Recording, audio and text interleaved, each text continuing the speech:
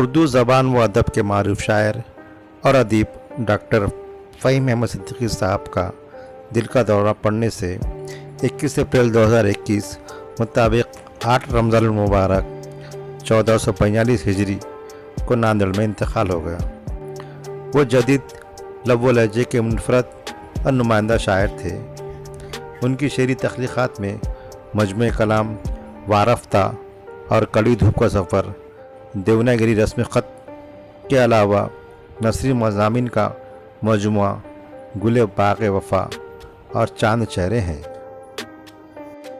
Doctor Fahim Siddiqui صاحب کو خراج عقیدت پیش کرنے 29 اپریل 2021 کو دفتر ورق تازہ ناندیڑ میں جناب محمد کمال الدین صدیقی صاحب ساجد کی صدارت میں ایک تعزیتی نشست کا انعقاد عمل میں آیا، جس میں جناب محمد تقی صحافی و ادیب، محمود علی سحر شاعر و معلم، جناب وحید اللہ خان عطا شاعر اور محمد کمال الدین صدیقی صاحب نے مرحوم کو خراج عقیدت پیش کیا، جو ملاحظہ فرمائیں۔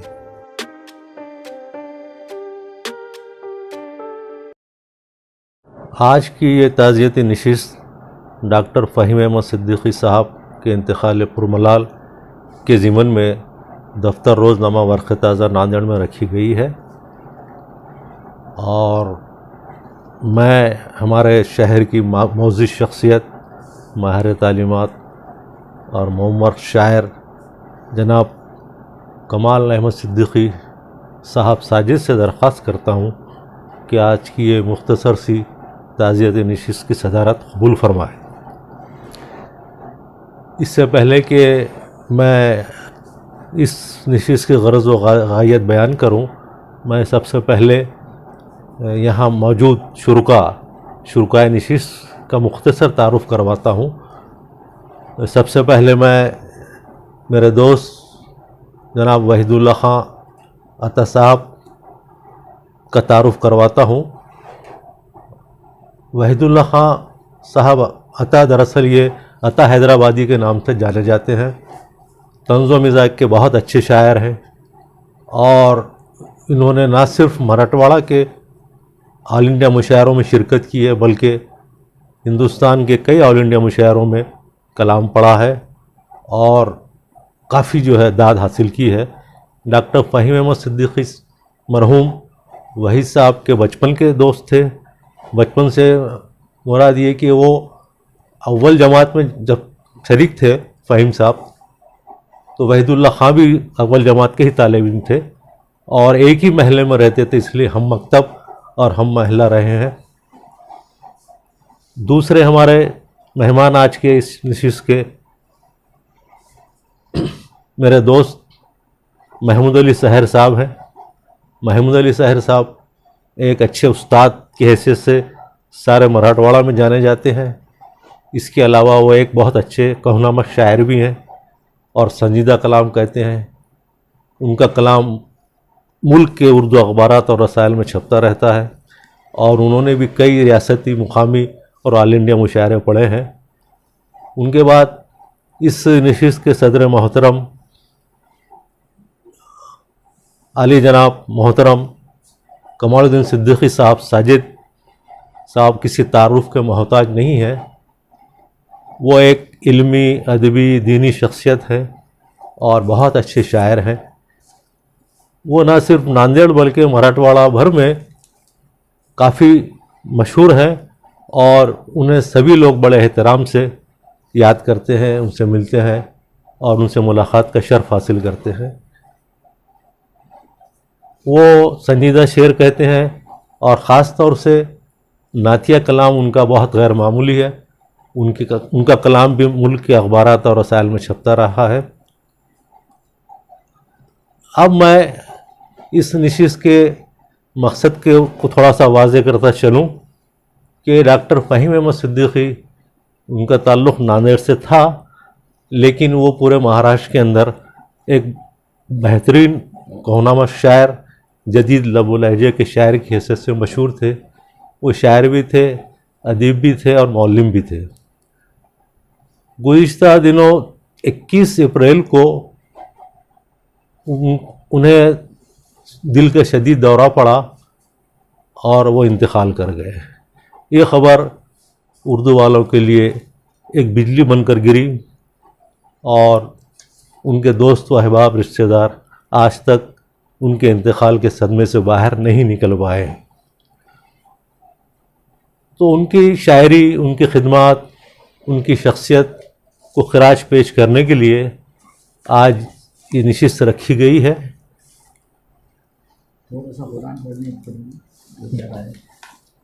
جی جی جی. تو یہ تھوڑی سی میں نے غرض و غایت بیان کی آپ کے سامنے. اب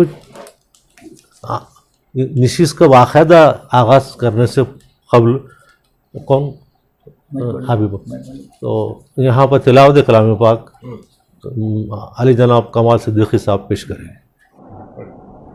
بسم اللہ الرحمن الرحیم. والضحیٰ واللیل اذا سجا ما ودعک ربک وما خلا وللآخرۃ خیر لک من الاولی ولسوف یعطیک ربک فترضی الم یجدک یتیما فآوی ووجدک ضالا فہدی ووجدک عائلا فاغنی فاما الیتیم فلا تقہر واما السائل فلا تنہر واما بنعمت ربک فحدث. صدق اللہ المولانا العظیم. نعت کی بھی 2-3 شعر پڑھ لیں. اچھی بات ہے. بسم اللہ الرحمن الرحیم. دکن کے سلطان میر عثمان علی خان کے استاد ایک ہوا کرتے تھے، فصاحت جنگ جلیل. ان کی مرصع نعت کے تبرکاً 2-3 اشعار پڑھنے کی سعادت حاصل کر رہا ہوں.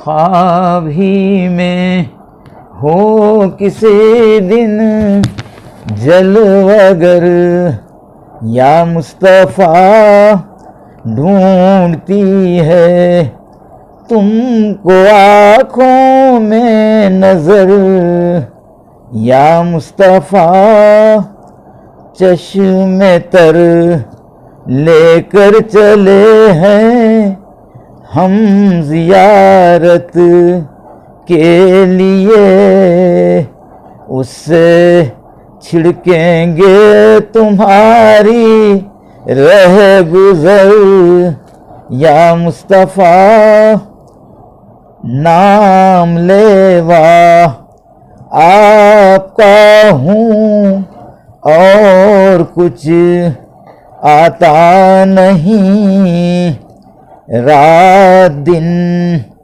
یا مصطفیٰ شام و سحر یا مصطفیٰ. اور ہے وہ کون جو سردار جنت کا بنے آپ ہیں یا آپ کے نور نظر یا مصطفیٰ. یہ مقطع اس جلیل خستہ جاں کا خاتمہ بالخیر ہو دم نکل جائے تمہارے نام پر یا مصطفیٰ. تلاوت کلام پاک کی خرد اور نعت پاک کے بعد اب میں میرے دوست جناب وحید اللہ خان عطا صاحب سے درخواست کرتا ہوں کہ اپنے بچپن کے دوست مرحوم ڈاکٹر فہیم احمد صدیقی کے تعلق سے اپنے خیالات کا اظہار کریں، کیونکہ وہ عطا صاحب فہیم صاحب کے بچپن کے دوست رہے ہیں، اس لیے ان کی بچپن کی یادیں جو ہے وہ بڑی اہمیت رکھتی ہیں اور وہ یادیں جو ہے ہم سب کے لیے ایک نئی بات ثابت ہو سکتی ہے. اس لیے عطا صاحب سے گزارش ہے کہ وہ اپنا بیان دیں. السلام علیکم. آج ڈاکٹر فہیم احمد صدیقی صاحب جو میرے بچپن کے دوست تھے، یا یوں کہیے کہ میرے لنگوٹی یار تھے، ان کے سانحۂ ارتحال پر آج کی نشست کا آغاز کیا گیا ہے. ویسے چند روز قبل میں ایک تفصیلی مضمون فہیم صاحب کے بچپن کے تعلق سے لکھا ہے اور وہ ورق تازہ میں انشاءاللہ عنقریب شائع بھی ہو جائے گا۔ آج میرے دوست کو یاد کر کر میں بڑا غمگین ہو گیا ہوں، کیونکہ آج سے تقریباً 60 سال قبل، یا یوں کہیے کہ 1953 میں فہیم سے ملاقات محلہ گاڑی پورے کے بڑی درگاہ کے اسکول میں ہوئی تھی، جہاں میرا نانیال ہے اور میری پرورش بھی وہیں ہوئی، اور فہیم صدیقی کے والد مولانا اطہر صاحب بھی اسی محلے میں کرائے کے مکان میں رہا کرتے تھے، اور میں اور فہیم بڑی درگاہ کے ایک اسکول میں شریک تھے۔ فہیم شروع سے ہی سنجیدہ مزاج رکھتے تھے، شور شرابے سے ان کو بڑا ڈر معلوم ہوتا تھا، اور ہم تھے لاؤبالی، اور کئی دوست تھے جس میں عبداللطیف، محمد صوفی، محمد صابر، عبدالحمید، ان سب کا ذکر و مضمون میں آ چکا ہے۔ مختصراً میں آپ کو یہ بتانا چاہتا ہوں کہ ہم درگاہ کی سیڑھیوں پر اور ندی کے کنارے جا کر خوب کھیلا کرتے تھے، لیکن فہیم ہمارے ساتھ ضرور ساتھ رہا کرتے تھے، لیکن الگ تھلگ بیٹھتے تھے۔ بہرحال اب میری زبان میرے ساتھ نہیں دے رہی ہے، میرا دوست مجھے بہت یاد آ رہا ہے، صرف اتنا کہوں گا کہ عالم دھواں دھواں ہے جہاں تک نظر گئی، تم کیا گئے کہ ہم پہ قیامت گزر گئی۔ اور ایک شعر کہنا چاہوں گا کہ وابستہ تیری یاد سے میری حیات ہے، خاسر ہوں تیری دید سے یہ اور بات ہے۔ فہیم بہت یاد آ رہے ہو تم۔ داغ نے کیا خوب کہا ہے، ہوش و حواس داغ، ہوش و حواس تاب و تواں داغ جا چکے، اب ہم بھی جانے والے ہیں سامان تو گیا۔ اتنا کہہ کر میں اس وقت فہیم صدیقی صاحب کا وہ مشہور شعر بڑی شدت سے یاد آ رہا ہے، رستوں کی نیند اڑ گئی قدموں کی چاپ سے، رستوں کی نیند اڑ گئی قدموں کی چاپ سے، مجھ کو تمام رات میرا گھر نہیں ملا۔ یہ بالکل جدید لب و لہجے کا شعر ہے، اور یہ فہیم کی دلی کیفیت کو بیان کرتا ہے، اور اسی کے ساتھ ساتھ اپنے دور کو بھی جو ہے بیان کرتا ہے، اس دور کے حالات کو بھی بیان کرتا ہے۔ تو یہ شعر اتنا مشہور ہوا ادبی حلقوں میں کہ یہ جب بھی فہیم صاحب کا ذکر نکلتا ہے تو یہ شعر جو ہے لوگ دہراتے ہیں، اور میں سمجھتا ہوں کہ فہیم صدیقی کو بحیثیت ایک شاعر ادب میں زندہ رکھنے کے لیے صرف یہ ایک شعر ہی کافی ہے۔ اس کے علاوہ ان کے اور بھی شعر کافی مشہور ہوئے، جیسے میرا وجود کوئی برگ خشک ہے گویا، میرا وجود کوئی برگ خشک ہے گویا، ادھر ادھر لیے پھرتی رہی ہوا مجھ کو۔ بڑا پیارا شعر ہے، اپنی زندگی کی عکاسی ہے اس کے اندر۔ تو اس طرح شعر کہنے والا منفرد لب و لہجہ، منفرد انداز بیان، وہ ہم سے بچھڑ گیا۔ میں اس نشست میں شریک محترم محمود علی سحر صاحب سے گزارش کرتا ہوں کہ اپنے دیرینہ ہمدم فہیم احمد صدیقی کے تعلق سے اپنے تاثرات کا اظہار کرے۔ محمود علی سحر۔ السلام علیکم ورحمۃ اللہ وبرکاتہ۔ آج کے نشست کے صدر محترم الحاج کمال الدین صدیقی صاحب ساجد، جن کو ہم زمانے سے کمال بھائی کہتے آ رہے ہیں، محترم عطا حیدرآبادی صاحب، ورق تازہ کے مدیر اعلیٰ علی جناب محمد تقی صاحب، زبان دراصل کیا ہے، لغزش کھا رہی ہے کہ اپنے یار کے لیے کیا کہا جائے جو ہم سے بچھڑ گیا ہے۔ فہیم احمد صدیقی کے میرے تعلقات تقریباً 50 برس رہے، اور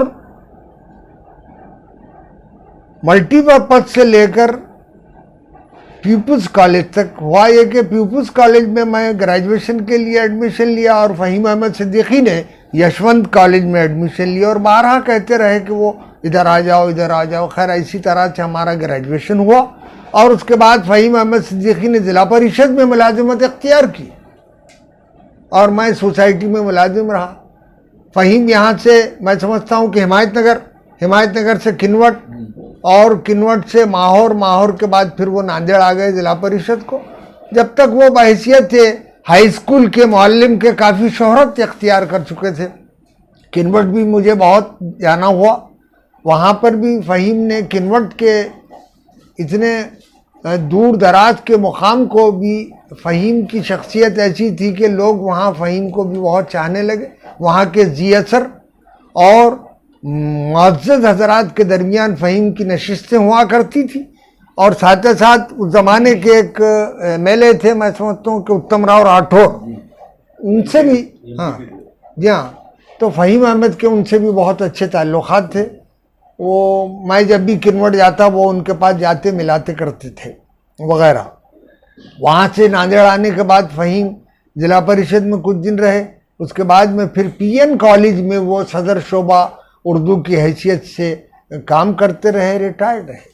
شاعری کے اعتبار سے میں یہ کہوں گا کہ ہماری فہیم احمد صدیقی کی میری اکثر نوک جھونک چلتی رہتی تھی. کمال بھائی یہاں موجود ہیں، وہ اکثر مجھے مشاعرے میں یہ کہتے تھے کہ جب تک آپ فہیم کو مخاطب نہیں کریں گے تو مشاعرہ ہی نہیں ہوگا. تو اکثر کیا ہے، میں فہیم کو خاص شعر کی طرف متوجہ کرنے کے لیے کہتا تھا. فہیم کا ایک شعر یاد آیا کہ پھر کڑی دھوپ درختوں کے گھنے سائے ہیں، پھر کڑی دھوپ درختوں کے گھنے سائے ہیں، آپ کی یاد کے اسباب نکل آئے ہیں. اور بہت سے شعر ہیں، کیا سنائیں فہیم کے لیے. میں یہ کہوں گا کہ ساغر نے کہا کہ بس ایک ذرا سی بات تھی لیکن تمام عمر راتوں کو جاگنے کی سزا دے کے سو گیا. سو گیا پہ بات یاد آئی کہ فہیم کے انتقال سے ایک دن قبل مجھے شمیم خان کا فون آیا رات میں، اور انہوں نے کہا کہ فہیم بھائی جو ہے سونے کی تیاری کر رہے ہیں. میں نے کہا کہ وہ سونے کی تیاری کر رہے ہیں تو بغیر گولی کھائے کے تو سوتے ہی نہیں ہیں. تو انہوں نے پھر ان سے پوچھا تو انہوں نے کہا بھائی 13 سال سے گولی کھا رہا ہوں. بغیر کا ہوا ہے کہ دوسرے دن یہ خبر آ گئی تو شمیم خان کا جو ہے مضمون بھی آیا. انہوں نے اس میں خاص طور سے اس کا تذکرہ بھی کیا کہ مجھ سے ایک دن پہلے کہا کہ میں سونے کی تیاری کر رہا ہوں، اور سو گئے. اسی دن میری بھی ملاقات فہیم سے ہوئی تھی، بہت دیر تک ہم باتیں کرتے رہے. فہیم شاعری کی دنیا میں رومانی اور جدیدیت کا بہترین شاعر تھا، اور میرا اپنا خیال ہے کہ شعر موضوع کرنے میں فہیم جتنی محنت کرتے تھے شاید ہی کوئی شاعر کرتا ہوگا. ہم تو بس تکبندی کے انداز میں شعر کہتے رہے، فہیم بہت ڈوب کے شعر کہتے تھے. اور شاعری کے مقام سے ہٹ کر بھی فہیم بہترین ادیب بھی تھے اور تنقید نگار بھی تھے. جب کبھی بھی کوئی بات لکھنے کی بات آتی فہیم برابر قلم اٹھاتے لکھتے. ادارے ورق تازہ سے بھی ان کا بہت دیرینہ تعلق رہا. تقی صاحب سے بھی ان کے بہت اچھے مراسم تھے. اب کیا کہیں، وہ بس یادیں باقی رہ گئی ہیں اور کچھ نہیں ہے کہ یادیں عذاب ہوتی ہیں سب بھول جائیے. یادیں عذاب ہوتی ہیں سب بھول جائیے، اس زندگی میں کون ملا کون کھو گیا. میری اللہ رب العزت سے دعا ہے کہ اللہ اس کو جنت الفردوس میں اعلیٰ مقام عطا کرے. بہت سیدھا سادہ، بھولا بھالا، خوش مزاج، یار باش آدمی تھا اور ہم سے جدا ہو گیا. اللہ سبحانہ تعالیٰ ان کو اپنی جوار رحمت میں جگہ عطا فرمائے اور جنت الفردوس میں جگہ عطا فرمائے. اس کے متعلقین کو، لاحقین کو صبر جمیل عطا فرمائے. اور اس سے زیادہ میں کچھ کہہ نہیں سک رہا ہوں، اس لیے کہ بہت قریب رہے ہم ہر معاملے میں. برکب اللہ تعالیٰ سے دعا ہے کہ اللہ تعالیٰ فہیم کو جنت الفردوس میں جگہ عطا فرمائے. اور میری خواہش ہے کہ آج کی اس نشست کے لیے محترم تقی احمد صاحب جو ورق تازہ کے چیف ایڈیٹر بھی ہیں ان سے بھی فہیم کے بہت اچھے تعلقات رہے، وہ ان کے ادارے سے بھی متعلق تھے. میں ان سے گزارش کروں گا کہ وہ بھی اپنے خیالات کا اظہار فرمائیں. ڈاکٹر فہیم احمد صدیقی جو میرے بڑے گہرے اور قریبی دوست رہے ہیں، اور میرا اخبار روزنامہ ورق تازہ کا یوں کہا جائے تو بے جانا ہوگا کہ ایک حصہ ہی تھے، ایک ستون تھے، اور ان کے جانے کے بعد یہ ستون گر گیا ہے. اور میں اپنے آپ کو جو ہے بالکل بے سر و سامہ محسوس کر رہا ہوں، اس لیے کہ فہیم احمد صدیقی صاحب کے کئی مضامین جو ہے ورق تازہ میں چھپے ہیں، اور جب بھی کوئی خاص بات ہوتی، کوئی ادبی جلسہ ہوتا یا کسی شاعر و ادیب کا انتقال ہوتا، تو وہ سب سے پہلے مجھ کو اطلاع دیتے، اور اسی کے ساتھ وہ خبریں بھی بنا کر بھیجتے تھے اور اپنا اظہار تعزیت بھی کرتے تھے.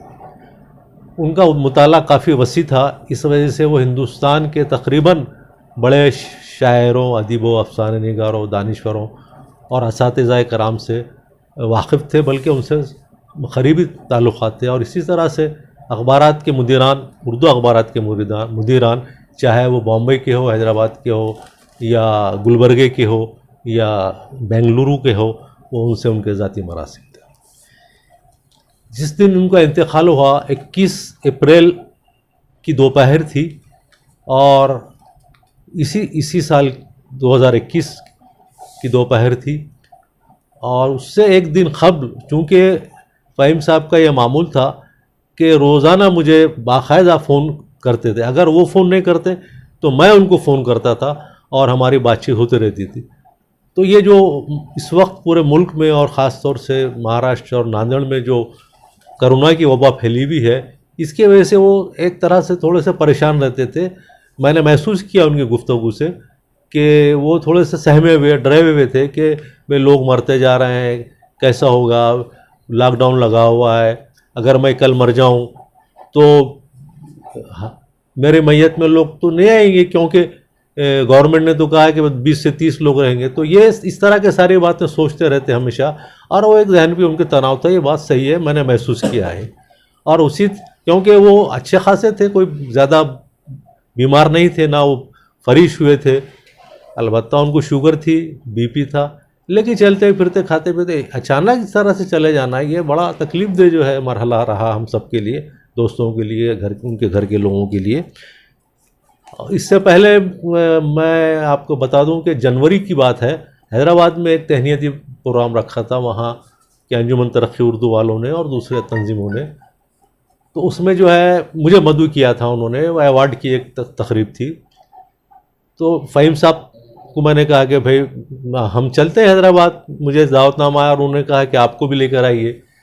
اور آپ یہاں بیٹھے جو ہے زیادہ اپسیٹ ہو گئے ہیں یہ ماحول سے، آپ ہمیشہ جو ہے ٹینشن لیتے رہتے ہیں، تو تھوڑا سا دوستوں سے مل کے آئیں گے، آب و ہوا بھی تبدیل ہوگی، تو آپ چلیے میرے ساتھ. تو وہ تیار ہوئے، ورنہ وہ جاتے واتے نہیں کسی کے ساتھ، کچھ کام رہا، کوئی پروگرام رہا تو سفر کرتے تھے. وہ آئے، پھر 2 دن ہم ساتھ میں رہے، لیکن وہاں پر وہ بوجھے سے تھے، طبیعت برابر نہیں تھی ان کی، چلنے میں بھی تکلیف ہو رہی تھی. ہمارا دوستوں سے ملاقات ہوئی، اور وہ سفر ان کے ساتھ میرا آخری سفر ثابت ہوا. اور یہاں آنے کے بعد میں وہ پھر کہیں کسی بھی جو ہے شہر کے لیے نہیں گئے، کوئی سفر نہیں کیا. وہ سفر آخری سفر تھا، اور اس طرح سے ان کی زندگی کا سفر بھی آخری رہا. 21 اپریل کو وہ ہم سب کو چھوڑ کر چلے گئے، اور سبھی اردو والوں کو جو ہے تکلیف پہنچی، کیونکہ جس دن ان کا انتقال ہوا اس دن جو ہے میرے پاس تقریباً کئی لوگوں کے فون آئے، بمبئی سے آئے، ان کے دوست و احباب کے، پوچھ رہے تھے کہ کیسا ہوا، کیا ہوا. حیدرآباد سے آئے، پربھنی سے آئے، اور آپ کے پونا سے آئے. تو بہت بڑا حلقہ تھا ان کا، اور سبھی کو جو ہے تکلیف ہوئی. اور جہاں تک میں ان کی شاعری کی بات کروں، میں نے ان پر ایک بہت طویل مضمون بھی لکھا تھا 4-5 سال پہلے، جو اخبارات میں اور میگزین میں چھپ چکا تھا. تو میں نے جو ان کی شاعری پڑھنے کے بعد محسوس کیا تھا وہ یہ تھا کہ فہیم، یہ بات تو طے تھی کہ وہ جدیدیت سے متاثر شاعر تھے. ترقی پسند تحریک کے بعد ادب میں جو رجحان آیا، جدید رجحان، وہ رجحان جو ہے دراصل ترقی پسند تحریک کا رد عمل تھا. اور اس زمانے میں یعنی یہ جو رجحان سامنے آیا تقریباً 50 کے بعد آیا اور 80-85 تک بہت زیادہ جو عروج رہا اس کو. تو یہ چونکہ اسی ایج گروپ کے شاعر تھے تو یہ بھی ظاہر ہے کہ اس رجحان سے متاثر رہے اور اسی رجحان کے تحت انہوں نے شعر بھی کہے, بڑے عمدہ شعر کہے, جس میں ایک شعر یہ جو ہے مجھے اور بہت پسند ہے. تو سمندر ہے تیری ذات کا حصہ ہو جاؤں, تو سمندر ہے تیری ذات کا حصہ ہو جاؤں, ایک مدت سے تمنا ہے کہ دریا ہو جاؤں.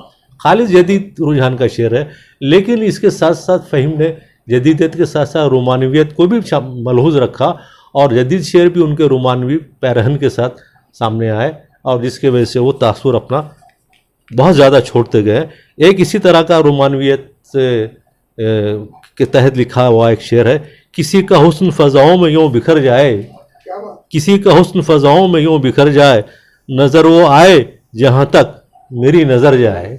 تو اس طرح کا شعر کہنے والا منفرد, یعنی یہ ہم یہ نہیں کہہ سکتے کہ فہیم کی شاعری پر کسی دوسرے شاعر کا پرتو ہے, رنگ ہے, نہیں, خالص یہ شعر ہم کہہ سکتے ہیں صرف فہیم کا ہی شعر ہو سکتا ہے. اور مجھے اچھی طرح یاد ہے کہ بشر نواز جب بھی ملتے تھے بات ادب کی ہوتی تھی تو وہ یہی کہا کرتے تھے کہ بھائی شعر تو بہت لوگ کہتے ہیں, اچھے شعر بھی ہوتے ہیں, لیکن اگر کوئی شاعر شعر کہتا ہے تو اس کو جب تک وہ اپنا شعر نہیں کہتا ہے جب تک اس ادب میں ریکگنیشن نہیں ملتا ہے. تو فہیم کو تو ریکگنیشن مل چکا تھا. اس کے ساتھ ہی ساتھ انہوں نے مضامین بھی لکھے اور وہ بھی ایک بات, فہیم تو مضامین لکھتے ہی نہیں تھے. آج سے 8-10 سال پہلے کی بات, صرف شعر ہی کہتے تھے. جب میری ان سے ملاقات زیادہ بڑی یہاں ناندیڑ میں آ گیا پربھنی سے, تو میں نے کہا کہ بھائی فہیم صاحب یہ دور نثر کا ہے, آپ نثر بھی لکھیے, شاعری تو کرتے ہیں آپ, کرتے رہیے, نثر لکھیے, اور خاص طور سے ترجمے کا دور ہے یہ. آپ مراٹھی سے, ہندی سے, انگریزی سے ترجمے کیجئے ادبی شاہکاروں کے, تو آپ کو جو ہے زیادہ جو ہے ادب میں ایک بڑا مقام ملے گا اور اس کی پذیرائی بہت زیادہ ہوگی, اس پہ آپ کو فائدے بھی بہت ہوں گے. تو انہوں نے پھر نثر لکھنا شروع کیا اور ہمارے فلمی دنیا کے مشہور ترقی پسند شاعر مجروح سلطان پوری پر انہوں نے پی ایچ ڈی بھی کی. ان کے مخالے کا موضوع تھا مجروح سلطان پوری شخصیت اور کارنامے, اس پر ان کو ڈگری الاٹ ہوئی اور وہ اس طرح سے مجروح پر بھی ان کا بڑا کام ہے. وہ بھی وہ چاہتے تھے کہ وہ ان کا مخالہ بھی چھپ جائے لیکن وہ نہیں ہو سکا. دوسرا یہ کہ ان کا ایک مجموعہ کلام صرف چھپ چکا ہے اردو میں, وارفتہ. اس کے بعد دوسرا مجموعہ کلام انہوں کڑی دھوپ کا سفر, وہ ہندی میں دیوناگری زبان میں وہ چھاپ رہے تھے, وہ ابھی تک نہیں آیا. اور ایک مضامین کا مجموعہ گل باغ وفا, یہ شائع ہوا اور ادبی حلقوں میں کافی پسند کیا گیا. ابھی وہ انہوں نے کچھ دن پہلے مجھ سے کہا تھا کہ بھائی میں اپنی سوانے, منظوم سوانے لکھ رہا ہوں اور اس کا فارم ہے مثنوی کے فارم میں لکھ رہا ہوں, اور لکھی انہوں نے, مکمل بھی ہو گیا. میں گزشتہ دن ان کے بچوں سے بات کر رہا تھا تو میں نے پوچھا کہ وہ کیا ہوا وہ مثنوی کا, نہیں تیار ہے بولے وہ, اور اس کو پیسہ بھی اس کا رکھا ہوا ہے اور ہم اس کو شائع کر رہے ہیں. تو وہ ایک نیا جو ہے ان کا کارنامہ ادب میں آ جائے گا, وہ اگر چھپ جائے تو. بہرحال بڑی خوبیاں تھیں. میرا دوست میرے سے 4-5 سال بڑے تھے, میں دوست کم لیکن ان کو بڑا بھائی بولتا تھا. میں نے ہمیشہ ان کو بڑے بھائی کی حیثیت سے مخاطب کیا. تو ایک بڑے بھائی کے جانے کا جو درد ہوتا ہے وہ چھوٹا بھائی ہی جان سکتا ہے. اور میرا ادارہ سب جو ہے آج مغموم ہے, سوگ میں اب تک ہے, ہم صدمے سے باہر نکل نہیں پائے ہیں. اور کیا بات, آئے اس شاخ گئے وعدہ فردا لے کر, آئے اس شاخ گئے وعدہ فردا لے کر, اب انہیں ڈھونڈ چراغ رخ زیبا لے کر. خدا ان کو جنت الفردوس میں جگہ دے, لواحقین کو صبر و تحمل دے. آمین. خدا حافظ. السلام علیکم ورحمۃ اللہ وبرکاتہ. محترم محمد تقی صاحب, مدیر اعلیٰ روزنامہ ورق تازہ ناندیڑ, محترم وحید اللہ خان صاحب عطا, اور محترم محمود علی سحر صاحب, نوجوان صحافی انعام یافتہ جناب نقی شاداب صاحب, اور وہ تمام سامعین کرام جو اس مختصر سی نشست کو سماعت فرما رہے ہیں. عجیب اتفاق ہے کہ فہیم صاحب کے ساتھ مشاعرے وغیرہ پڑھنے کے اتفاقات رہے برسوں سے, جیسا سحر صاحب نے کہا آدھی صدی سے زیادہ وہی کیفیت رہی. آج رب کائنات کو یہ منظور ہوا کہ آج ان کی تعزیت یہاں کی جائے. اس میں ہمارے کرم فرما تقی صاحب نے یاد کیا اور یہ کہا کہ آنا ہے، کچھ کہنا ہے وغیرہ.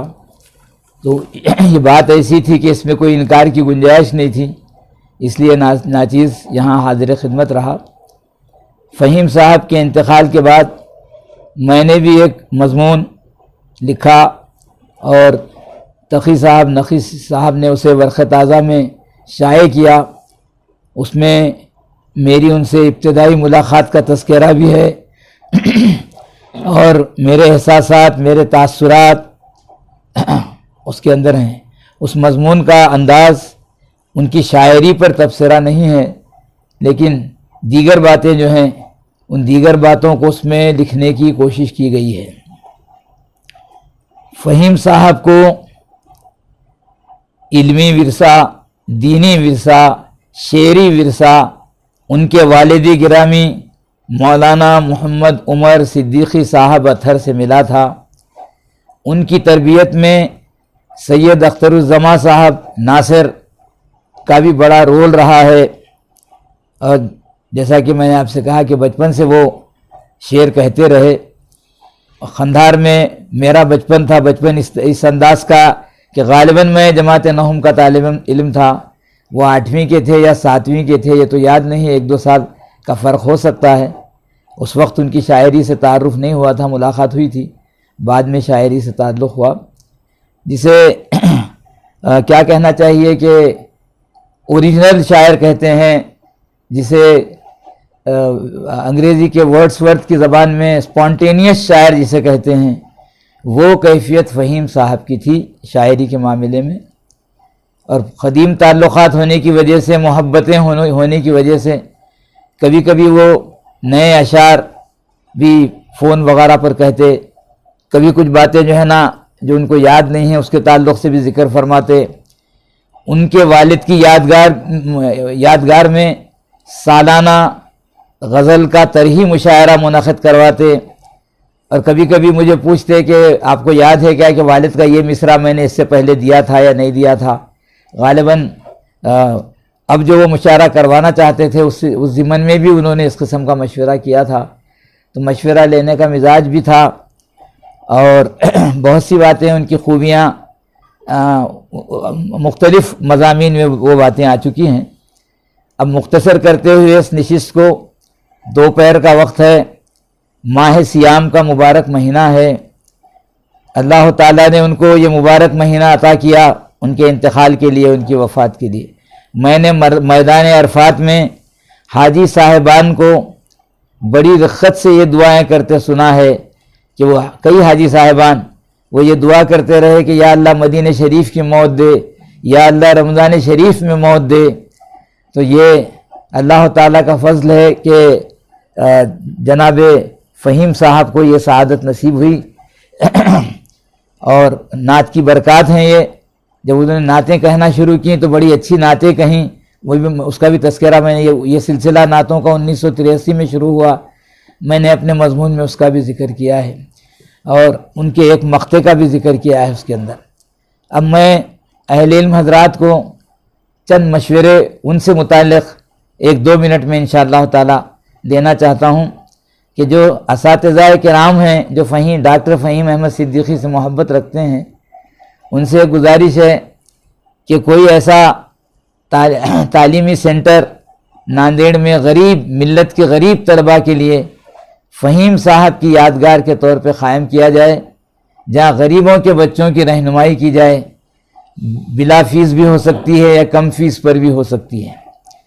یونیورسٹی اور جامعات سے متعلقہ جو ان کے احباب ہیں ان کے لیے میرا کہنا یہ ہے کہ جلدی سے جلدی فہیم صاحب پر ریسرچ کروائی جائے، تحقیق کروائی جائے اور کسی مناسب ان کے شاگرد کو یا کسی مناسب طالب علم کو پی ایچ ڈی کے لیے ان کا ٹاپک دیا جائے، ان کا عنوان دیا جائے، تاکہ ان کے کلام کے پہلو، زندگی کے پہلو، بہت سی باتیں ظاہر ہے کہ تحقیق میں، ریسرچ میں آ جاتی ہیں، محفوظ ہو جاتی ہیں ان کے۔ اور ایصال ثواب کرنے والے حضرات سے میری گزارش ہے، جن کی سہولت ہے ان کے لیے، کہ وہ تلاوت کلام مجید سے، درود شریف سے، مخصوص آیات جو پڑھی جاتی ہیں ان مخصوص آیات سے ڈاکٹر فہیم احمد صدیقی کو ایصال ثواب پہنچانے کی کوشش کریں۔ اس سلسلے کی بہت سی کتابیں ہیں۔ ایک کتاب میں ایک آسان بات یہ ملتی ہے کہ 2000 مرتبہ سورہ اخلاص پڑھا جائے، ان کی روح کو بخشا جائے۔ اور حیدرآباد کے بزرگ کی کتاب ریحان الارواح سے عرض کر رہا ہوں، ریحان الارواح سے دوسری ایک بات یہ ملتی ہے آسان، کہ 12واں پارہ سورہ ہود، اس سے پہلے 2 رکعت نفل نماز پڑھی جائے ایصال ثواب کی نیت سے، ہر رکعت میں سورہ فاتحہ کے بعد 3 مرتبہ سورہ اخلاص یا قل هو اللہ احد کا سورہ پڑھا جائے، اور 12واں پارہ سورہ ہود کی آیت نمبر 108 جو اما الذین سے شروع ہوتی ہے، اس کو 40 مرتبہ پڑھا جائے۔ بہت کم وقت میں ہو جاتا ہے اس کا ایصال ثواب۔ ڈاکٹر فہیم احمد صدیقی کو اور ان کے وہ جو بہت دیندار، بہت نیک، صالح نوجوان، ان کے جو ڈاکٹر فرزند تھے جن کا سال گزشتہ انتقال ہوا، ڈاکٹر ندیم صدیقی، ان کو بھی اس کا ایصال ثواب پہنچانے کی کوشش کریں۔ اور یہ عنوان ایسا ہے، فہیم صاحب کے تعلق سے بہت کچھ کہنا محسوس ہوتا ہے، لیکن وقت کی کمی اور عنوان ایسا غمگین عنوان ہے کہ اس پہ بر وقت الفاظ نہیں ملتے، خیالات کا رابطہ بر وقت نہیں ہوتا۔ اس اعتبار سے اللہ تعالیٰ کی بارگاہ میں حضور انور صلی اللہ علیہ وسلم کے تصدق سے یہ دعائیں ہیں سب کی کہ یا اللہ فہیم کو جنت میں اعلیٰ سے اعلیٰ مقام دے، فہیم کی اردو کی جو خدمات ہیں ان خدمات کو قبول فرمائے یا اللہ، اور ان کے جو متعلقین ہیں ان کو صبر جمیل عطا فرمائے، ان کی نعتوں کا مجموعہ جلد از جلد منظر عام پر آئے اور یہ دینی سرمایہ محفوظ ہو سکے۔ وآخر دعوانا ان الحمدللہ رب العالمین۔